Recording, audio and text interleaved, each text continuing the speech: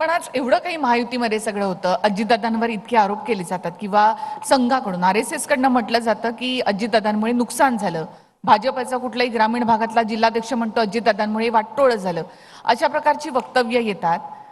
लोकसभेला इतक्या कमी जागा किंवा खूप कॉम्प्रोमाइज करायला लागलं अजितदादांना.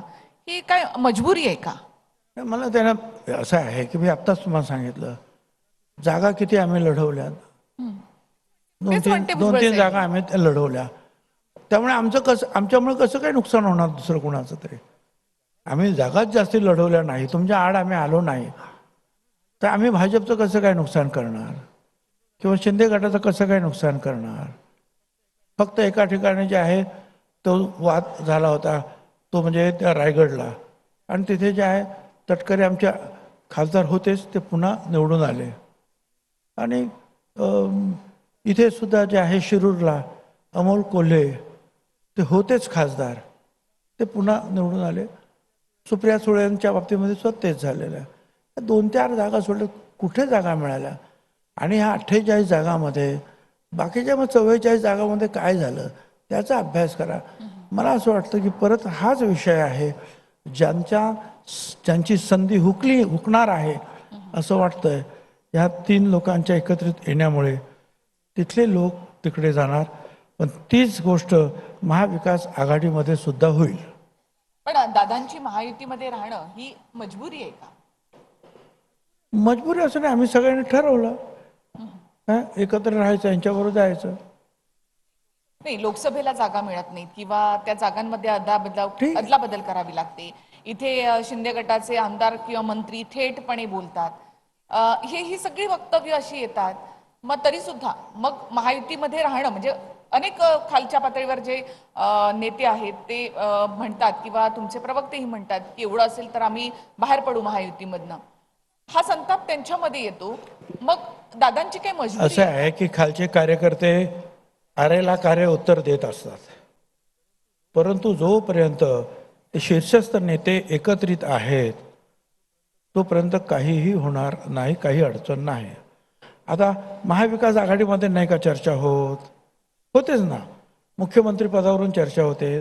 ते म्हणतात की असं करा, हे म्हणतात की असं नाही, ते म्हणतात असं झालंच पाहिजे, ते म्हणतात निवडणुकीनंतर बघू. हे चालूच असतं ना, त्याच्यावर चर्चा होत असतात. अहो लोकशाही आहे, त्याच्यामुळे ही चर्चा होणार.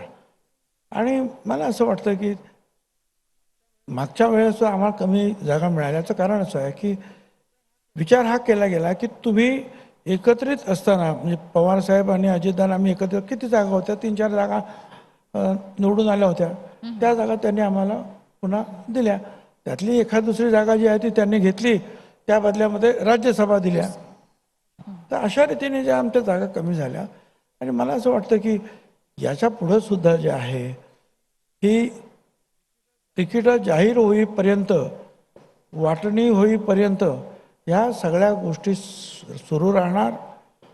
जागांचं वाटप झाल्यानंतर सुद्धा थोडंसं आयाराम गयारामचं प्रमाण वाढणार आणि त्याच्यानंतर प्रत्येकजण आपापल्या कामाला लागणार.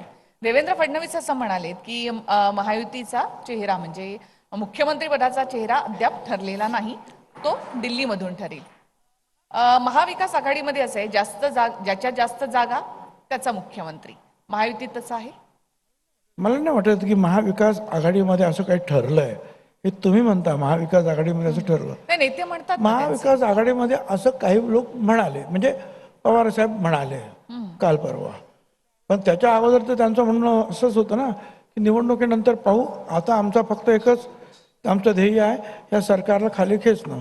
काल त्यांनी पहिल्यांदा असं म्हणाले की ज्याच्या जास्त जागा त्याला देऊ म्हणून. परंतु आता हे तिघांनाही काही मान्य आहे का मला माहीत नाही. कारण बाकीच्या याच्यावर काही परत काही जे आहेत नेते त्यांनी आग्रह धरलेलाच आहे वेगळ्या पद्धतीनं. आता मी काय नाव घेत नाही, त्याच्यावर चर्चा करायचं काही कारण नाही. तसं इथे सुद्धा आहे. अहो तिकडेही तेच आहे, इकडेही हेच आहे, काळजी करू नका. सगळे म्हणतात की पहिल्यांदा निवडणूक लढूया. किती जागा लढवाव्यात दादांनी असं तुम्हाला वाटतं?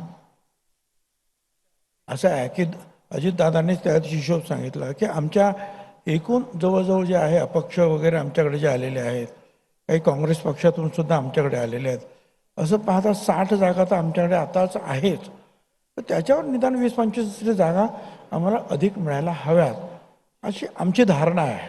दादा म्हणत होते 60 जागा. दादा म्हणत होते 60 जागा. दादा कधीच 60 जागा म्हणाल्या नाहीत. दादा म्हणाले आमच्याकडे 60 जागा आजच आहेत. याचा अर्थ 60 जागा द्या असं नाही. 60 जागा आमच्याकडे आहेत, त्याच्यावर आम्हाला त्यावर आणखी 20-25 जागा. 20-25 जागा जास्त द्या. बरं. जागांवर